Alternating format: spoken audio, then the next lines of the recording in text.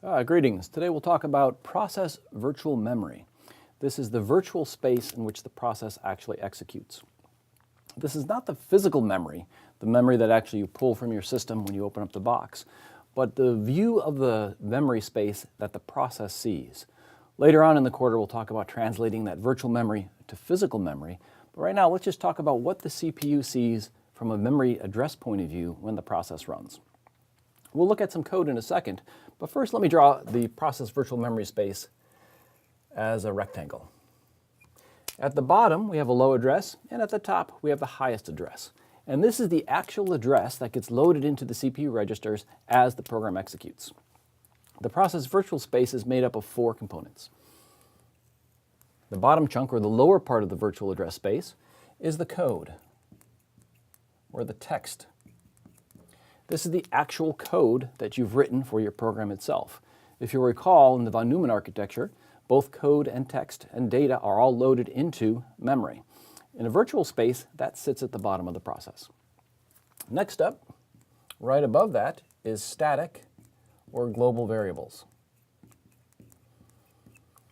At compile time, the compiler knows exactly how big the code section will be, and it also knows all about the global variables and the static variables of the process. And so these 2 sections generally are fixed in size. The next 2 sections of the process virtual address space grow and shrink as the program runs. The heap area grows up from the static global space.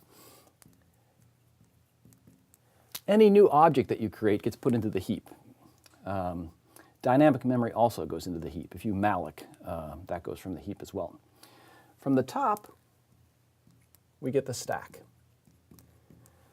Every time you call into a function, the local variables in that function or method are allocated on the stack. If that function calls another function, another stack frame is given. And so in a sense, as your thread runs, multiple stack frames are used. As though you return from your functions or your method, those stack frames are popped off. You may have heard the term stack overflow. This occurs if you have a very deeply nested set of calls and you run out of space in the stack region. Oftentimes, if you've written a recursive program that doesn't have an end condition, you may get a stack overflow. Let's take a look at the code over here and figure out where these different objects or variables will fit into the virtual address space. So first off, it's some pseudo C++ code. So I'm sure there's mistakes, but you get the idea of what I'm trying to do over here. I have a main program with an integer.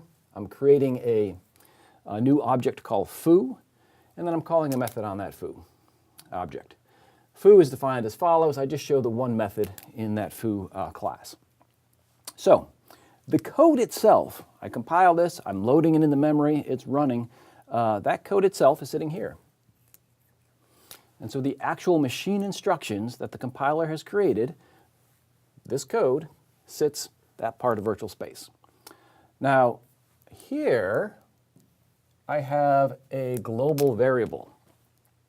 The compiler knows we're going to need 4 bytes for that integer when it compiles. That y is in this part of our virtual address space. Now, next thing I do is I go and create a new object, an instance of the foo class. That's a dynamic piece of memory. That will go here. And so C will have the foo class memory there. Now, if there were some variables that define the foo class, and so if there were some integers, for instance, let's say this was an integer here that was global to the foo class, that would be in that part of memory. Finally, now I'm calling a method in the foo class, and that has an integer. When I call into the method, I allocate a stack frame, and in that stack frame, that's where the variables sit for that integer itself. So x will have an address. For instance, I'll write it in hex. Let's say xffF000. At that address, we'll have a variable, in this case, 6. Now, as I said, this is your virtual address space. There will be some mapping which will map these virtual addresses to the physical addresses in real memory. That being said, the CPU or the instructions that are run, that sit down here, understand the virtual addresses. And so when this piece of code runs, x equals 6, we're basically loading a register with the variable that sits at this virtual address.